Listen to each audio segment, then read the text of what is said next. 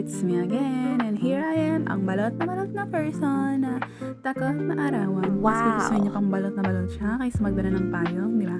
Ang galing, napakatalino talaga mag-isip. Katamaran, pinapairal ng person na ito. So habang nag-i-stock siya ng bigas, dahil napapaisip siya, bakit ang bilis maubos ang bigas namin? Oh no! So yun nga, kasi rice is life, di ba? Pero nagdi-diet din ng konti.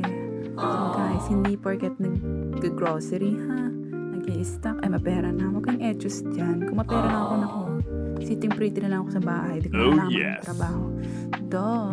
Joke lang. So, nag-stock lang ako ng ibang needs namin kasi last week, di na namin dinagdagan yung ibang stocks na dapat na dinadagdagan namin every nag-grocery kami. Yan lang. And after nyan, magliligpit-ligpit na kami. Ako lang nandyan, baliw.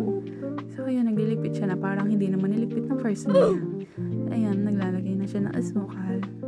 Dahil asukal lang napakabilis maubos. Kabibili ko lang yan, bakit ubos agad? And, lavang time! Yun lang, bye-bye!